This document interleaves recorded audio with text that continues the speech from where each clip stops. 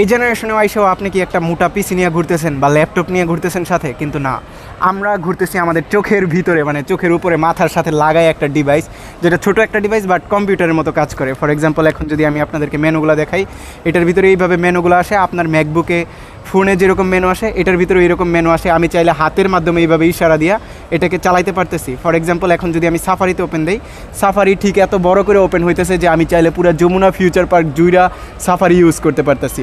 আপনারা যদি দেখেন তাহলে দেখবেন পুরোটাই ফাঁকা, বাট আমি দেখতেছি এরকম ভরা ভরা।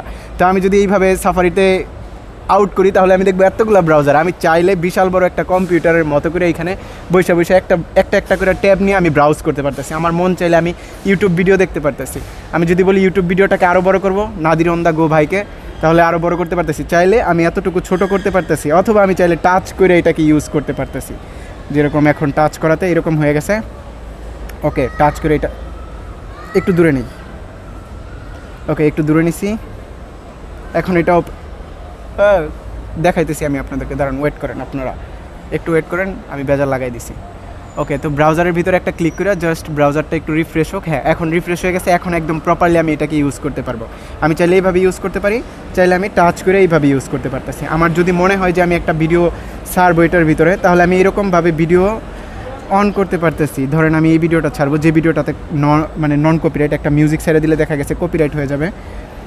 তো আমি যদি নন কপিরাইট একটা ভিডিও ছাড়ি তাহলে এটাই হতে পারে নন কপিরাইট ভিডিও।